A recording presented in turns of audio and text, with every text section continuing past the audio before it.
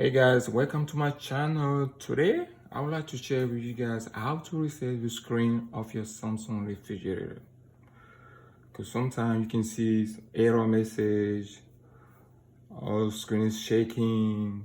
So you don't have to go straight on the setting to reset. You will lose you will lose your pictures, your music, everything. There is one simple step to do. They call it like power cycling your Samsung refrigerator. It's just simple. I will show you guys. Just open your refrigerator. You will see just on the top right here, this red button. Push it. Give me a second. And back on.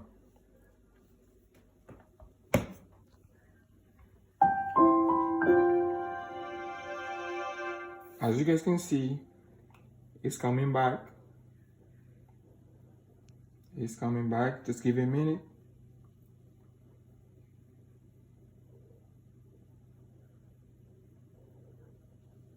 Okay. As you guys can see, still got any data, the pictures, Google, YouTube, and you're ready to enjoy again your screen. And if you guys like this content, like, subscribe, and share. And thank you for watching again.